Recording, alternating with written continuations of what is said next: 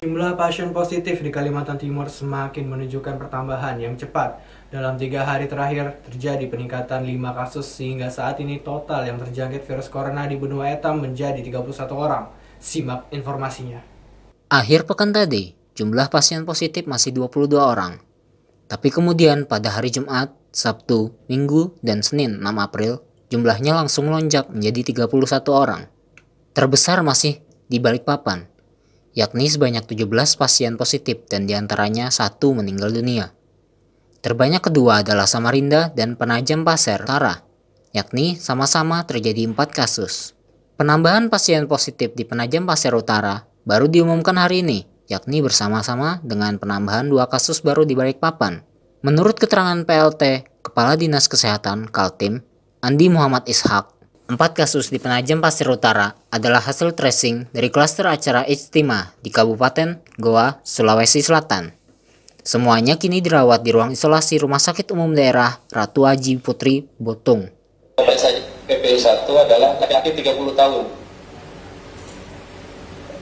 Jadi ini merupakan pelaku perjalanan dari kegiatan di Goa pada tanggal 15 Maret yang menuju Makassar dan kembali ke PPU tanggal 23. Nah, tanggal 24 pasien ke puskesmas karena ada keluhan batuk.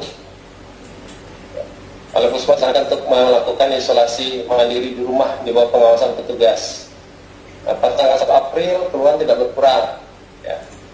Sehingga dilakukan rapid test dengan hasil rapid negatif sebenarnya. Tapi karena keluhan tidak berkurang, maka dirujuk ke rumah sakit dan dirawat isolasi di Rumah Sakit Haji Putri Botung.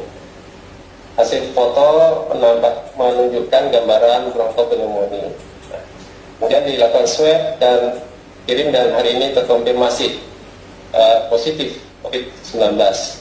Sampai saat ini pasien dirawat di ruang isolasi Rumah Sakit Haji Putri Botung Penajam Pasir Utara. Nah, yang PPU 2, PPU 3 dan PPU 4, ya. PPU 2 adalah laki-laki 16 tahun, ya. PPU 3 adalah laki-laki 17 tahun, dan PPU 4 adalah laki-laki 19 tahun. Nah, ketiganya ini tidak melakukan kegiatan yang sama, tapi pulangnya berbeda. Jadi mereka beda sehari pulang. Dari yang pasien pertama yang PPU 1. Jadi pada tanggal 24 juga pasien kembali ke PPU. Kalau yang PPU 1 tanggal 23 dia kembalinya ke PPU. Nah, untuk yang PPU 2, 3 dan 4 ini adalah hasil tracing dari PPU 1.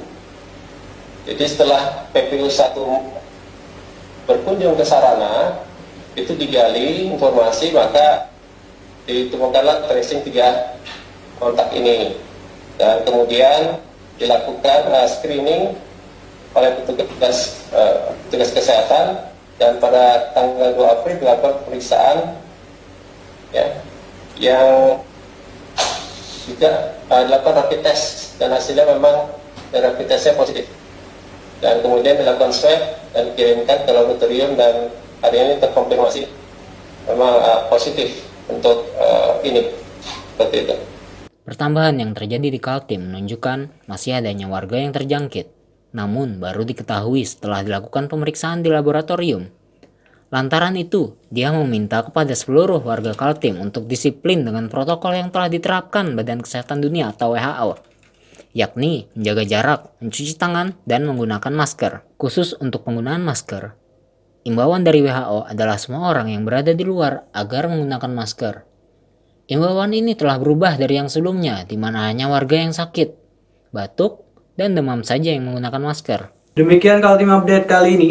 Jangan lupa ikuti kami di channel YouTube dan fanpage Facebook Kaltim TV. Saya Fajar Trimahardika, pamit undur diri.